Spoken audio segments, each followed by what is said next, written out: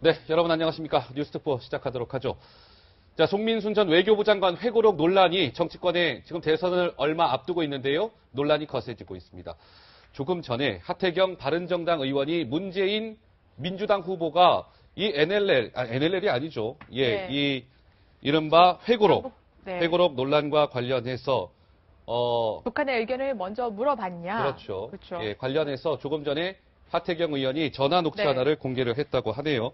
대선이 이제 17일 앞으로 다가온 가운데 각 후보들이 이 빠진 딜레마, 늪이라고 해야 될까요? 그런 부분들도 좀 하나씩 짚어보도록 하죠. 네, 이런 가운데 공식 선거운동 시작 후 첫 주말입니다. 후보들이 그 열띤 선거전에 나섰는데요. 어디를 갔냐를 통해서 후보별 전략과 약점을 알아보겠습니다. 예, 알겠습니다.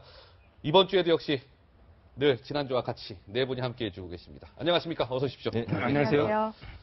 자, 먼저 이 송민순 전 외교부 장관의 회고록이죠. 회고록 이름이 빙하는 움직인다였습니다. 네. 그러니까 2007년도 11월 달 얘기죠. 그러니까 네. 문재인 지금 민주당 후보는 당시에 청와대 비서실장이었죠. 대통령 비서실장이었는데 2007년 11월에 이제 인권 결의안의 표결을 앞두고 문재인 대통령 당시 비서실장이 북한에 먼저 의견을 물어보자. 이게 지금 굉장히 진실 공방이 뜨거운 것 같아요. 먼저 이번 이 정 의원께서는 이번 이 공방이 대선 지금 이제 17일 앞에 두고 또 터졌단 말이에요. 이게 좀 결정적인 변수가 일단 될 거라고 보십니까? 어떻게 보세요? 지금 상황이 지금 북핵으로 인해서 그 트럼프, 시진핑, 아베 이런 국제적인 상황 속에서요. 안보 문제가 저는 거의 첫 번째 이슈가 될 것 같아요. 아, 네. 네, 그런 상황에서 지금 송민순 회고록의 문제가 뭐냐면 지금 문재인 후보가 그 당시 비서실장이었는데 네. 북한 인권 결의안에 대해서 먼저 사전에 북한의 입장을 물어봤다는 거예요. 예. 그래서 북한의 입장에 따라서 기권했다는 거예요. 그게 핵심이거든요. 네. 근데 지금 더 나가면 이런 거죠. 네. 가해자가 있고 피해자가 있는데 피해자 편을 들어주는 사람이 가해자 입장을 물어보고 피해자 입장 편을 든다. 이거는 좀 말이 앞뒤가 안 맞는 거잖아요. 네네. 네. 그래서 문제가 된다고 봅니다. 자, 그렇다면 이렇게 한번 저희가 정리를 한번 해보도록 하겠습니다. 네. 제 옆에 한번 판넬 한번 봐주실까요? 자, 보시죠. 아프냐? 물음표를 던졌습니다. 그랬더니 후보들이 당신만 아픈 게 아니라 나도 아프다. 아우성이에요. 늪에 빠진 후보들을 하나씩 좀 짚어보도록 하겠습니다. 첫 번째, 이 파란색이 있는 것 보니까 민주당 문재인 후보 얘기인 것 같죠? 보겠습니다. 문재인 후보는 송스 다이어리, 그러니까 송민순 전 장관의 그 다이어리를 얘기하는 건데 조금 전에 이제 정 의원께서 좀 평가를 해주셨지만 오늘 바른정당의 하태경 의원이요. 한 2시 한 반경에 당사에서 기자회견을 했어요. 문재인 이 후보가 이 회고록 논란과 관련해서 지금 거짓말을 하고 있다라고 하면서 녹취록 하나를 공개했거든요. 이 부분과 관련해서 맞다 틀리다는 저희가 판단하지 않겠습니다. 네 분과 함께 좀 말씀을 나눠보도록 하겠습니다. 먼저 녹취의 한 장면 먼저 들어보시죠. 묻는 것도 내가, 통보도 내가 했는데, 문장도 내가 만들었고.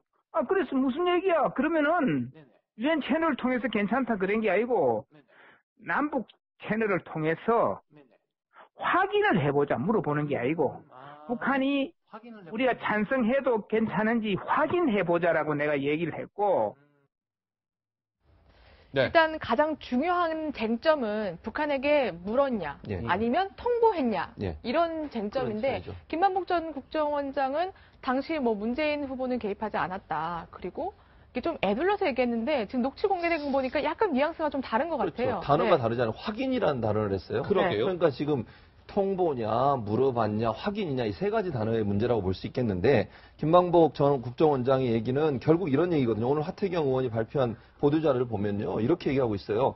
우리가 찬성적인 입장을 갖고 있다는 뉘앙스를 가지고 북한 측에 일단 의미를 전달해 보고 네. 거기서 어떻게 반응이 나온지를 한번 살펴보겠다. 이런 의미로 지금 얘기한 걸로 돼 있어요. 네. 그러니까 김만복 전 국정원장은 본인이 다 썼다고 그러잖아요. 전통부도 본인이 썼고 받은 것도 본인이 썼고 문장도 자기가 만들었고 이렇게 했다고 얘기를 하니까 예. 국정원 차원에서 일단 글을 만들어서 북한을 우리가 찬성하려는 의도가 있다라는 걸 보낸 것 같고 거기서 북한에서 나온 반응이 어제 그 송민순 전 장관이 우리에게 공개했던 언론을 통해서 공개했던 그 공개문이라고 볼 수 있겠습니다. 그게 결국 이제 북한이 상당히 격양돼서 찬성할 경우에 우리가 네. 남북 관계가 어려울 것이다. 이런 네. 거의 협박에 가까운 얘기를 하고 있는 걸 볼 수 있는데 결국 그렇다고 하면 김만복 국정원장이 이 오늘 녹취의 어떤 공개가 하태경원에 공개한 게 지금 문재인 후보에 대해서 일고 있는 먼저 얘기했냐 나중에 확인했냐에 확실하게 문제를 해결할 수 있는 증거는 될 수 없다고 봐요. 예. 그러니까 이 자체는 사실은 또 다른 의문을 낳을 뿐이지 지금 현재 뭐 16일 날 먼저 결정하고 통보했느냐 아니면 20일 날 물어보고 나서 결정했느냐 이 논란인데 이 논란을 명확하게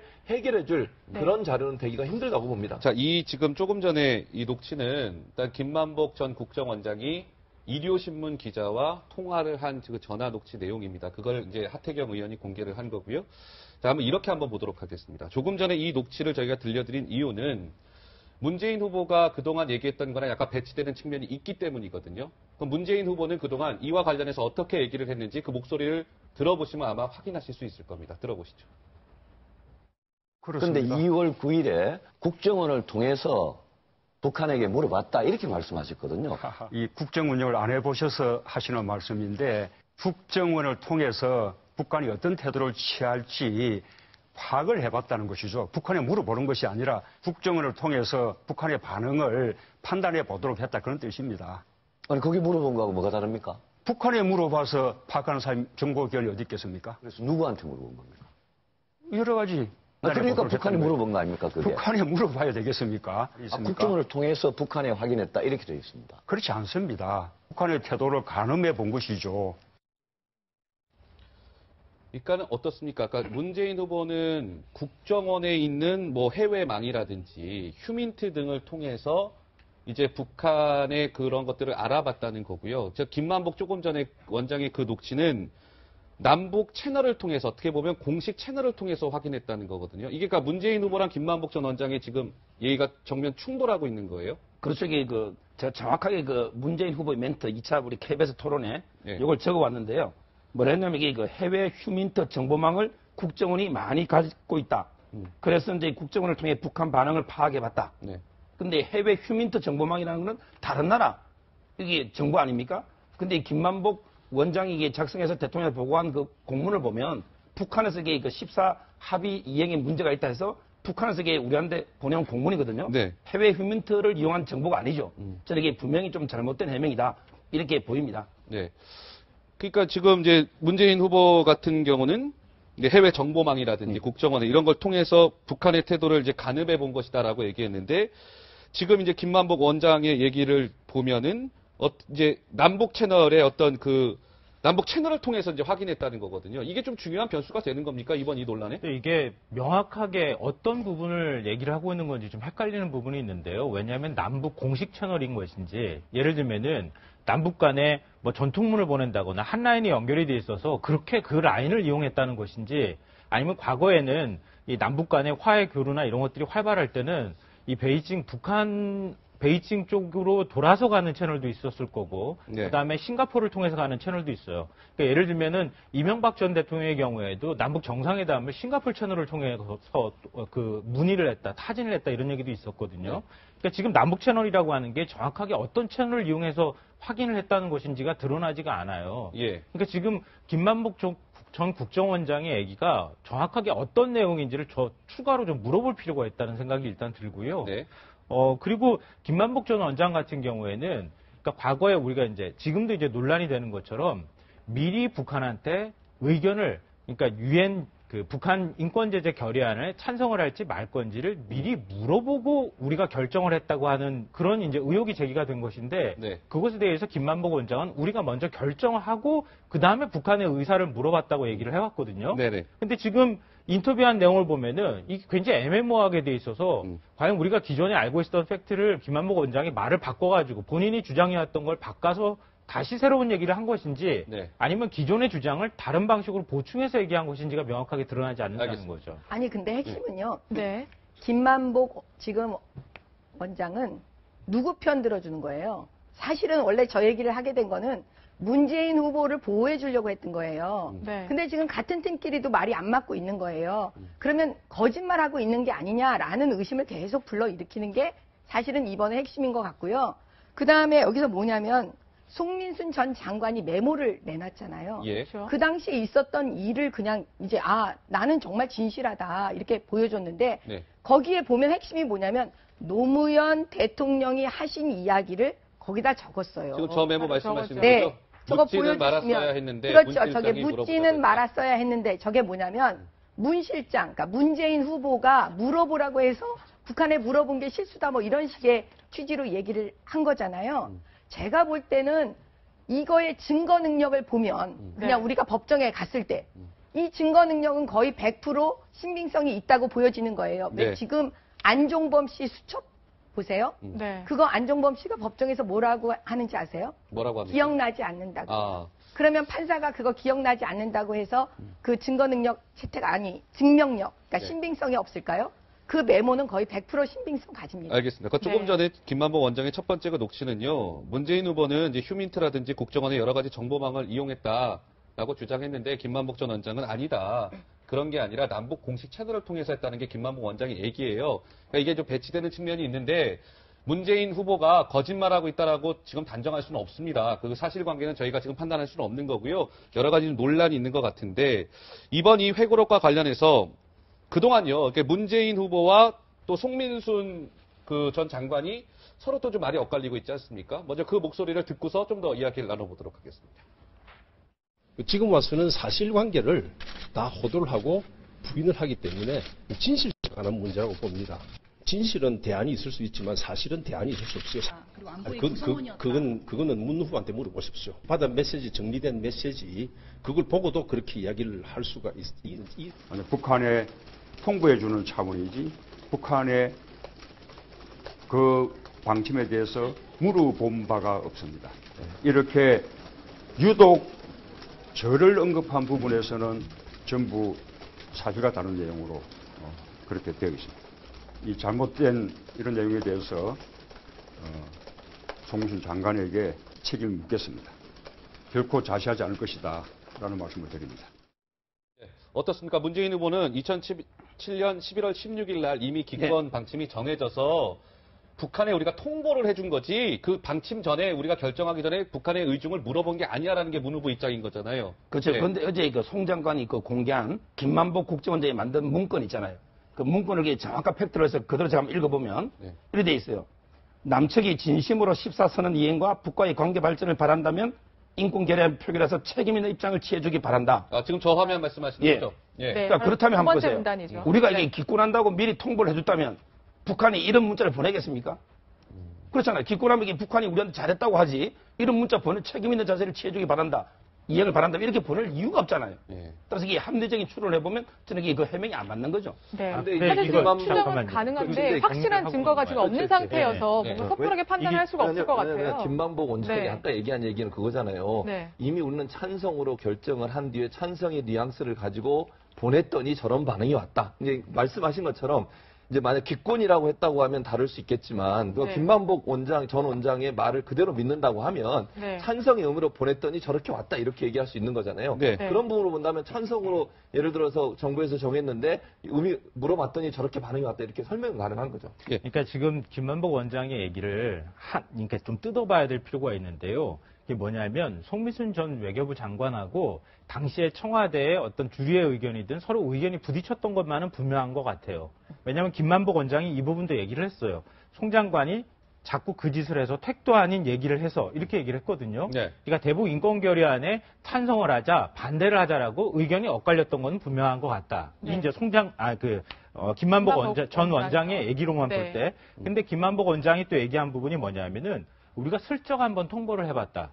그리고 우리가 찬성할 거다. 우리의 의중을 떠봤다. 예. 네. 그러니까 북한의 너들은 어떻게 생각하는 거야? 라고 하는 의중을 떠봤다고 하는 얘기는 여기에 이제 발언 내용에 포함되어 있는 것 같아요. 네, 네. 근데 이게 국정원 차원의 의중을 떠본 것인지 아니면 지금 나오는 것의 논쟁의 핵심은 뭐냐면 물어보고 결정했다는 거잖아요. 네. 이거는 완전히 다른 차원의 얘기일 수 있거든요. 예. 그러니까 그렇죠. 우리가 추단을 하기가 굉장히 어렵다는 거예요. 네. 네. 지금 누구 말이 사실인지를 명확하게 우리가 확인할 방법이 별로 마땅치 않다는 예. 거고요. 지금 여기 화면에 비춰졌던 문건이라고 하는 것도 김만복 전 원장이 채널을 통해서 확인한 내용을 문건으로 정리해서 네. 싱가포르로 보고한 거죠. 노무현 전 대통령한테 보고를 했던 내용입니다. 네. 북한이 직접 해서 보고를 한 게 아니고 김만복 원장이 받은 내용이나 알아봤던 내용을 대통령한테 보고했던 내용이니까 네. 저게 곧 북한이 완전하게 완벽하게 뭐 어떤 입장을 담은 것처럼 공식적인 문서로 온 것은 아니다. 네. 이건 좀 정리를 할 필요가 근데 있습니다. 저는 이제 이 부분은 좀 분명히 해야 될 것 같은데, 아까 서정욱 변호사가 말씀하신 것처럼, 그러니까 문 후보가 이야기하는 것처럼 만약에 우리가 이제 기권을 정해놓고, 자, 우리가 기권을 했다라고 이제 통보를 했다는 거 아니에요? 근데 만약에 이제 기권을 하는 거라면 북한 입장에서 좋은 거잖아요. 근데 북한의 입장이 왜 저렇게 담겼을까? 만약에 기권이라고 한다면 북한에서 저렇게 날카롭게 반응할 리가 없을 것 같은데, 네. 왜 저렇게 반응했을까라는 의구심은 조금 남는 것 같아요. 이 부분은 어떻게 좀 설명해야 될까요? 그러니까 지금 손민순 장관의 말에 더 신빙성이 있어지는 거잖아요. 아. 제가 볼 때는 문재인 후보가 저거를 진짜 확실하게 말하기가 너무 어려울 것 같아요. 네. 그 다음에 우리가 수사할 때요. 교통사고가 났어요. 그러면 제일 먼저 경찰이 현장에 가잖아요.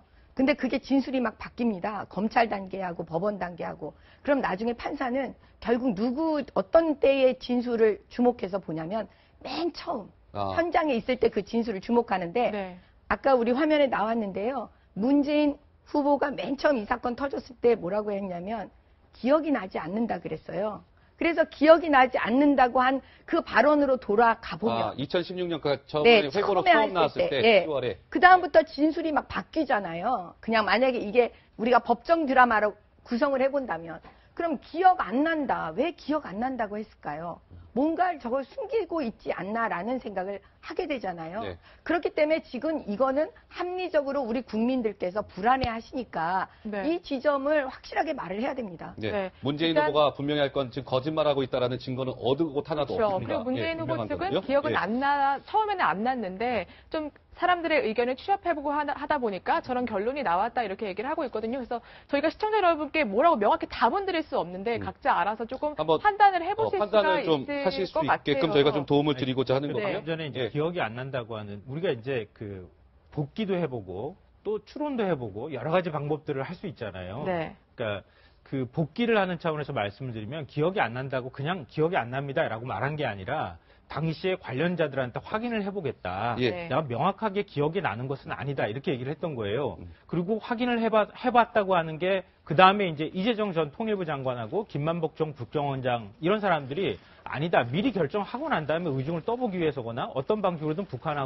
북한이 어떤 생각이 있는지를 알아봤던 것이다. 네. 그러니까 이렇게 지금 얘기를 했던 것이거든요. 알겠습니다. 그리고 난 다음에 또 다시 또 논란이 한번 지금 또 불거진 이런 상황이 된 거죠. 자, 근데 그렇다면 그분들은 다 같은 편이에요. 예. 아니, 자, 그렇다면요. 아니, 지금 저희가 이 없습니다. 주제만 갖고 저희 한 네. 시간 토론할 수는 없습니다. 오늘 다양하게 할 얘기가 많은데요.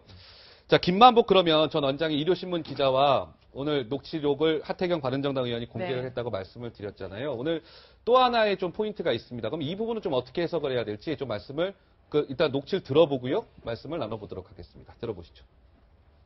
그런 남북관계 변화가 없다라는 통보를 하려면 원래 예. 찬성을 하려고 할 때 그런 통보를 해주는 거지 기권을 하려고 할 때 왜 굳이 그렇지. 그러니까 네. 찬성 분위기를 네네네. 한번 던져봤죠. 찬성 그냥 그 분위기를. 북한의 좀 분위기를 떠보기 기권에는 위해서. 변화가 없는데 네네네. 우리가 기권하는 건 이미 결정인데 네네. 송 장관이 하도 그 짓을 해서 그래서 핵도 그냥- 아닌 얘기해서 슬쩍 한번 네. 통보를 해봤죠. 북한의 반응을 떠보기 위해서. 예. 북한의 반응을 떠보겠어요. 예. 사실 예. 기권을 이미 결정을 했으면 떠볼 필요도 없는. 그렇죠. 그럴 필요도 없는데 송 장관이 자꾸 북한이 괜찮다 그러는데 우리가 왜 기권을 해요라고 자꾸 고집을 피우길래 네. 북한이 괜찮다 그랬는지 확인해 보자는 겁니다. 김만복 전 원장의 저 얘기는 어떻게 봐야 됩니까? 저는 이게 좀 믿기 어려운 게요. 예. 이미 이게 기권을 확고하게 결정했다면 굳이 이게 북한 감정 건드리려고 하면 슬쩍 찬성으로 떠본다는 게 뭐 송민순 장관이 대단한 분도 아니고 물론 외교부 장관이지만 네. 저는 이게 좀 해명이 믿기 어렵고요. 이게 문재인 후보도 저렇게는 해명 안 한 거거든요. 네. 두 분의 말이 좀 또 틀린 거고 어. 저는 이게 분명히 확인할 수 있어요. 왜냐하면 이게 지금이라도 국정원문건 공개하면 되거든요. 근데 그게 요건이 대통령 기록물은 국회 3분의 2, 그다음에 관할 고등법원장의 영장이 있으면 돼요. 그러면 이게 그러면 미리 예선- 고발을 하면 네. 송민순 장관을 문재인 후보 측에서 그럼 이게 바로 영장으로 볼 수도 있고 또 이게 국회에서 지금 3분의 2가 되면 그럼 보자. 저는 이게 반드시 대선 전에 분명히 규명이 돼야 된다고 봅니다. 예. 그럼 그럼 사실 말씀하신 것처럼 가장 확실한 방법은 지금 저렇게 공방을 할 게 아니라 국정원 문건 그 당시에 다 대충 나와 있을 거 아니에요? 그걸 공개하면 끝나는 건데 대선 전에 공개될 가능성은 좀 그러니까 이게 국정원에서는 지금 이게 NCND 아닙니까? NCND예요. 인정도 안 하고 이게 부인도 안 인정도 하고 안 한다. 국정원 입장은 이해가 돼요. 그렇다면 이게 방법은 대통령 기록물이니까 방법은 아까 조금 전에 말한 것처럼 국회 3분이 그다음에 미리 고소를 해주면 송민주 장관을 그럼 이게 고등법원의 영장으로 볼 수가 있다는 거죠. 네. 그러니까 조금 전에 김만복 전 원장의 저 녹취는 이렇게 한번 정리해 볼게요. 그러니까 문재인 후보는 북한의 기권을 통보했을 뿐이다라고 주장을 하고 있는데 김만복 전 원장의 아까 저 녹취에서의 그 나타난 것은 뭐냐면 우리가 찬성을 암시하는 것처럼 원래 기권 방침이 있었는데 찬성을 암시하는 것처럼 저렇게 북한의 얘기를 의중을 물어봐서 한번 북한 반응을 한번 떠보자 이른바 그랬다는 거 아니겠어요? 그러니까 저게 만약에 사실이라고 하면은요, 예를 들어서 북한 인권 결의안에 대해서 기권을 했다. 왜 기권했느냐? 인권 문제가 얼마나 중요한데라고 비판하면은 문재인 후보도 거기에 대한 대답을 하거나 응당 기권한 것에 대해서 나도 거기에 참여했던 사람이니까 왜 이렇게 기권을 할 수밖에 없었는지. 당시에 이제 남북 관계가 굉장히 또 그 북한 핵 문제라든가 아니면 북미 채널이나 북미 대화가 시작되고 아주 예민한 시기였기 때문에 그런데 영향을 줄까봐 기권할 수밖에 없다거나 어떤 방식으로든 기권한 부분에 대해서 아니 인권 문제인데 라고 얘기하는 거에 대해서 책임을 질 필요가 있다. 그거에 대해서는 입장을 내놔야 되겠죠. 근데 예를 들어서 기권을 결정을 지금 김만복 원장이 얘기한 것처럼 결정은 이미 했어요. 그러면은 그 다음에 그 송미순 장관이 얘기한 것처럼 물어본다고 하는 말 자체가 성립이 안 돼요. 그러면은 지금 김만복 전 원장 얘기로는 근데 지금 물어보고 결정했다는 것 때문에 북한에 대해서 저자세를 우리가 취했다거나 아니면은 그 문재인 후보에 대해서 이념적으로 이 사람은 좀 문제가 있다. 어떻게 이런 사람한테 우리가 안보를 맡기느냐 이렇게 공격을 한다는 거예요. 그러니까 김만복 전 원장의 얘기로는 그런 얘기가 성립이 안 된다는 거라는 거죠. 제가 짧게 말하면 북한한테 물어봤자 아니에요? 북한이 저거 찬성하겠어요? 솔직히 그거는 상식적으로 국민들 입장에서 아니 북한한테 물어봤자지 그냥 찬성하는 거지 찬성하겠냐. 그렇잖아요. 북한은 당연히 찬성하는 거 싫어할 거 아니에요. 그다음에 또 하나는 뭐냐면 왜 노무현 정부 때는 다 왜 북한 입장에서만 생각을 할까? 대한민국 입장에서 생각을 해야지. 왜 매번 북한 입장에서만 생각을 할까? 이게 지금 우리 국민들의 합리적인 의심이에요. 그런 의견 물론 그렇게 생각 안 하시는 분들도 있을 거예요. 왜냐하면요, 북한이 그러니까 헌법상의 우리의 영토지만 우리와 대척점에 있는 곳이 맞고, 그러니까 남북한이 그렇게 하고 있는 상태고 또 우리가 평화적으로 통일을 이루어야 될 대상이기도 합니다. 굉장히 복잡 미묘한 거예요. 그리고 유엔에도 우리가 따로따로 가입한 국가이기도 합니다. 그러니까 외교적인 문제에 있어서는 그러니까 예를 들어서 말씀하신 것처럼 외교에서 우리 주장만 우리 것만 다 할 수는 없잖아요. 상대편이 어떤 생각을 하고 있는지 알아보는 과정들도 있을 수 있잖아요. 네, 알겠습니다. 이점 그거를 우리 입장에서 다 결정해야지 왜 물어봤냐, 이 의사를 왜 타진했냐고 하면 그건 아니죠. 그건 적이에요, 북한은. 여기서 다시 한번 이제 주정 논란이 불거지는가 저희가 싶은데요. 항상 이제 대선이 얼마 안 남았기 때문에 저희 방송 또한 굉장히 균형감을 갖춰야 되지 않겠습니까? 그래서 이제 문재인 후보가 이걸 거짓말을 하고 있다라고 저희가 말씀드리는 것도 아니고요. 오늘 이런 녹취가 공개됐기 때문에 이걸 들으시면서 시청자 여러분들께서 좀 판단해 주시기를 바라는 거고요. 자, 그렇다면 문재인 후보는 이번 이 논란과 관련해서 어떻게 대응하고 있는지도 저희가 그 목소리를 들려드릴 필요가 있을 것 같습니다. 자, 문재인 후보의 육성입니다. 한번 들어보시죠. 선거 때가 되리 또다시 색깔로 전국몰이가 시작됐습니다. 지긋지긋하지 않습니까? 여권 후보들이야 선거 때마다 도지는 고질병이라고 치더라도 야당 후보까지 또 야당까지 색깔론에 가세하는 것에 대해서 어떻게 생각하십니까? 한 손으로는 김대중 정신 말하면서 호남표를 받고자 하고 다른 한 손으로는 색깔론으로 보수표를 받고자 하는 후보 믿을 수 있겠습니까? 색깔론이다 이렇게 반박을 하고 이런 거죠. 여권 후보들이 선거 때마다 뭐 고질병 뭐 이건 이해하겠지만 야당 후보까지 이렇게 나를 색깔론으로 몰아세우냐 안철수 후보를 좀 겨냥한 발언이 아닌가 싶고 오늘 아마 울산의 유세 현장에서 문 후보가 얘기한 겁니다. 성시원 앵커 진성준 문재인 캠프 TV 토론 단장이죠. 오늘 약간 이 또 발언도 약간 논란이 되고 있는 것 같더라고요. 어떤 겁니까? 예. 어젯밤에 굉장히 좀 의미심장한 SNS 메시지를 남겼는데요. 오늘 아침엔 좀 돌연 또 지워졌습니다. 어떤 메시지인가면 이번 이 회고록 논란과 관련해서 네, 백구 양보의 사실이라고 해도 북한의 입장을 직접 물어 정확한 의중을 파악하고 확인한 게 그러니까 이 회고록 논란 뭐가 문제냐 북한 의견 묻는 게 정보전이나 탐색전 없이 막바로 행동에 들어가는 건 무모한 일이다. 네. 이렇게 굉장히 솔직한 메시지를 내놨는데 뭐 조금 전에 저 어떻게 봐야 메시지를 되는 또 거예요? 삭제는 하긴 했다고 하더라고요. 그렇죠. 네. 왜냐하면 저희 삭제할 수밖에 없는 게 저 메시지가 네. 사실은 지금 대선 정국에서 문재인 후보한테 전혀 도움이 안 돼요. 그러니까 네. 진 전 의원의 말은 이해는 하겠어요. 본인이 무슨 의도로 얘기하는데 저런 식으로 표현하는 게 사실은 이제 부정적인 영향을 미치는 거니까 아니 근데 충분히 그건 할 수 있는 거잖아요. 남북 간의 관계를 고려해서 그때 당시에 이제 남북 대화가 정상회담이 네. 끝나고 얼마 되지 않은 상태에서 남북의 평화적 관계를 가져가기 위해서 서로에게 정말 좋은 관계 형성을 위한 뭐 탐색전 할 수 있는 거죠. 정보전 할 수 있는 거고. 그런데 그렇다고 해서 북한과 직접 관련돼 있는 북한 인권 문제에 대해 직접 물어봤다 이렇게 얘기를 해버리면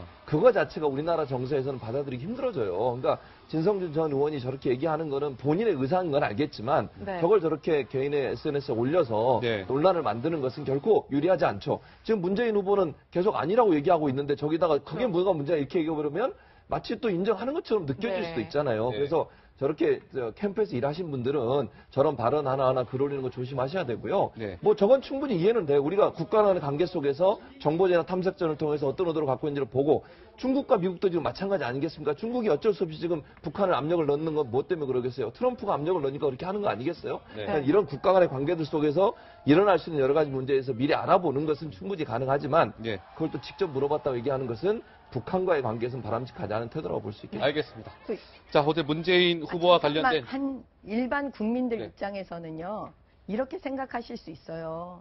그렇게 외교를 잘했으면 그러면 북한 핵은 만들지 말았어야 되는 거지. 지금 북핵 때문에 사실 피해자는 대한민국이거든요. 예. 그렇죠. 아니, 네, 의원님, 그때 근데 북핵 이거는 정말 말씀을 꼭 드려야 되겠는데요. 네. 지금 노무현 정부 때 북핵 시작됐어요. 이명박 정부, 박근혜 정부 때 북핵 실험 계속 있었어요.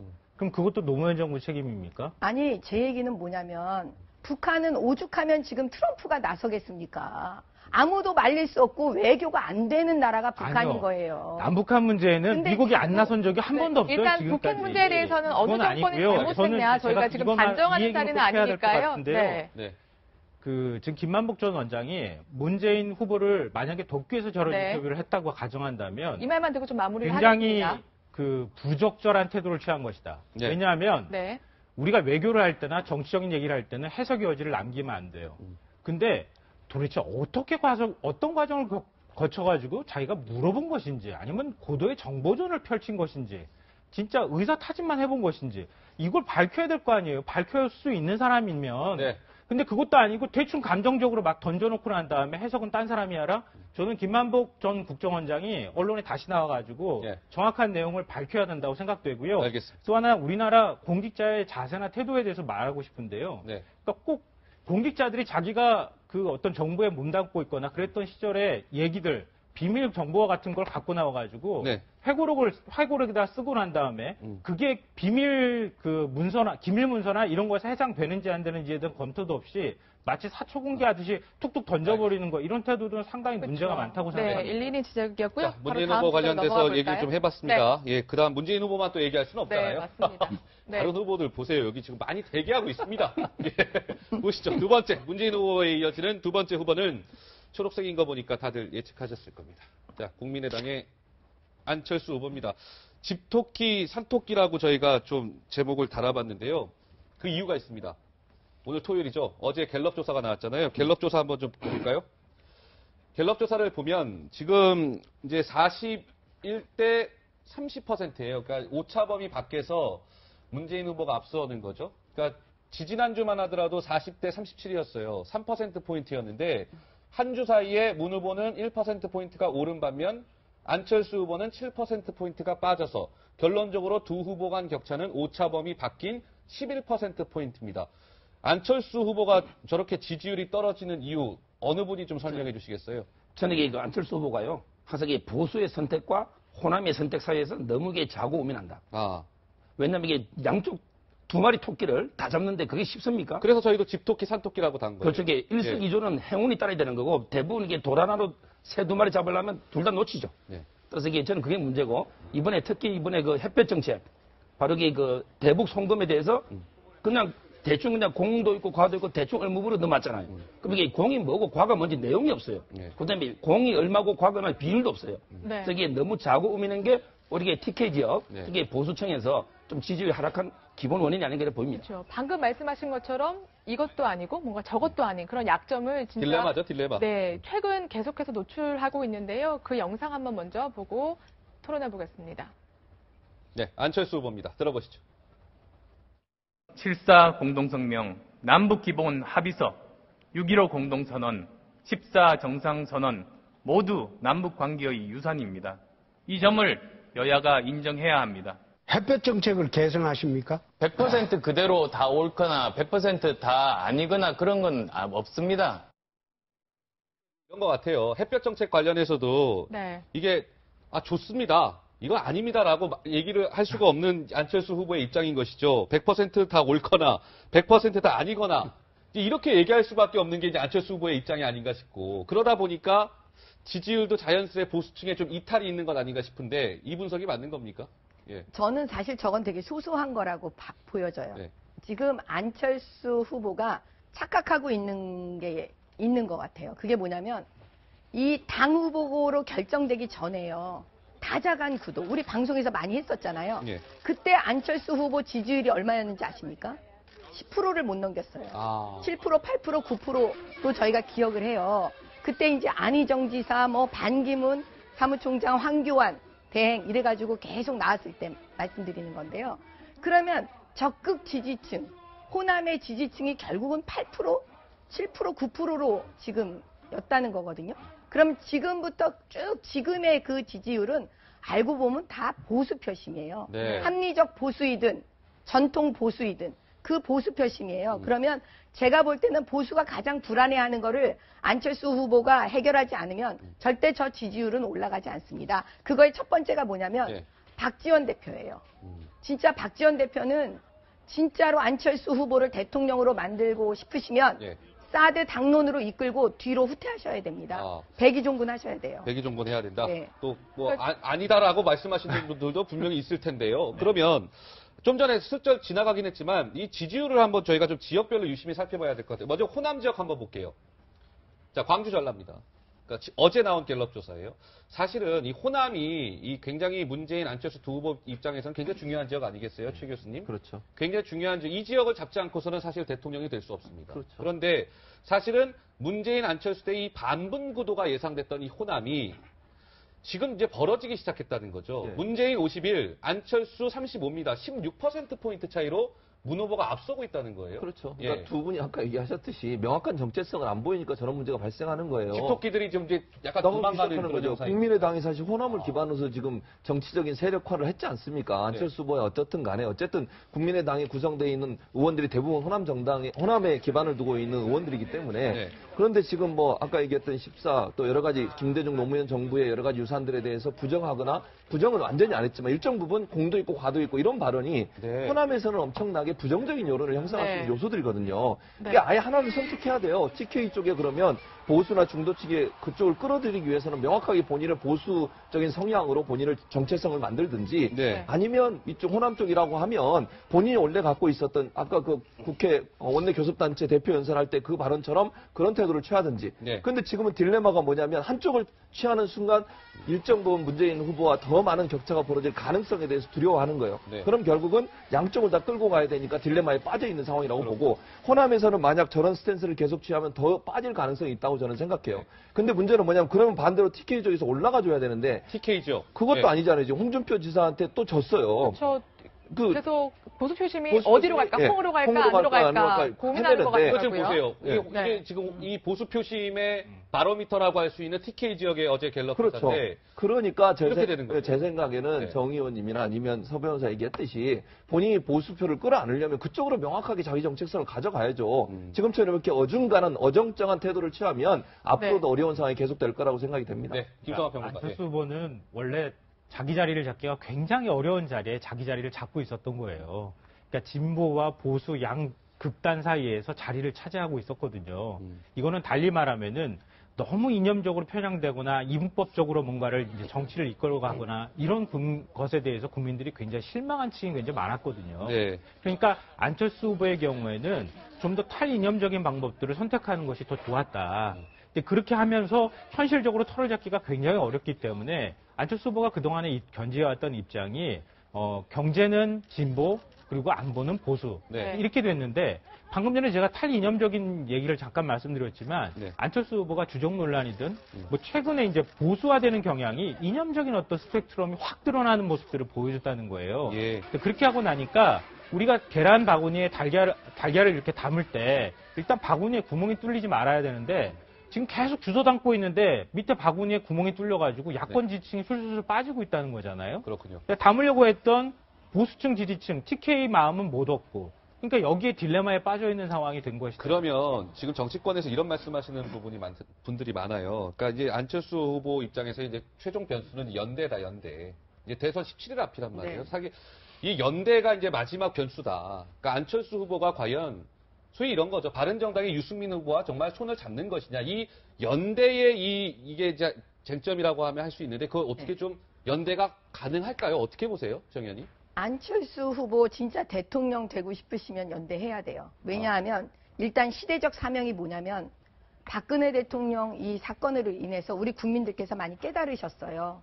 양극단 세력, 그러니까 친박, 친문, 친노 이거 제하고 합리적이고 상식적이고 이성적인 사람들이 모여서 한번 이 비정상적인 국면을 좀 정상적으로 돌려놓자. 이런 게 사실은 국민들 마음속에 다 있습니다. 그걸 저처럼 말로 표현하시지만 않을 뿐이지. 그랬을 때 지금 딱 보니까 있는 거예요. 뭐가 있냐면 어머 여기는 국민의당이 있네. 어머 여기는 바른정당이 있네. 이러는 거예요. 그럼 둘이 연대를 해버리면 어떤 효과가 나타나냐면 이 흔들리는 보수. 지금 제 주변에 많은 분들이 스스로 자조적으로 우리는 유목민이야. 이러거든요. 네. 이 흔들리는 보수들이 아 이제 안 되겠다. 이 가운데 이 연대한 이 사람들한테 이 국정을 맡겨봐야 되겠다. 그리고 이쪽으로 온단 말이에요. 그럼 어떤 일이 벌어지는 줄 아세요?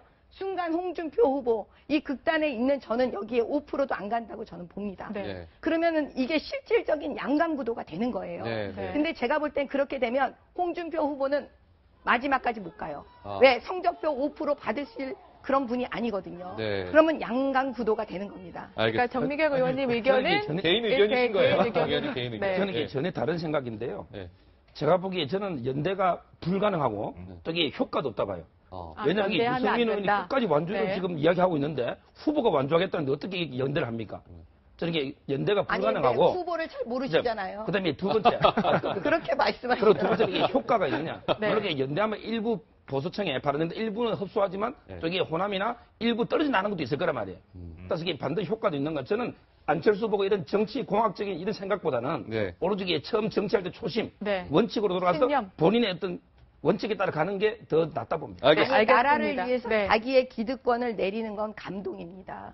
그 감동의 장면을 연출해낼 수 있으면 이 정치와 나라는 사는 거예요. 연대에 대해서는 좀 두 분이 생각이 많이 다르신 것 홍준표 후보 같아요. 측에서 굉장히 섭섭할 것 같아요. 방금 전에 그 의원님 말씀하신 거 그러면 홍준표 후보를 제가 대변을 해드리면 홍준표 후보 입장에서 한 말씀 하시죠. 근데 요즘에 민주당과 홍준표 후보 입장이 비슷해요. 그러니까 지금 일반적인 선거에서요, 요 시점쯤 되면은 집토끼들이 자기 집으로 찾아 들어가려고 하는 회귀 본능이나 향수 본능이 생겨나요. 그럼 지금 마지막 최종 결정을 해야 되는데 나는 어디 쪽에 와 있었던 거지라고 하는 생각들을 하기 시작했다는 거예요.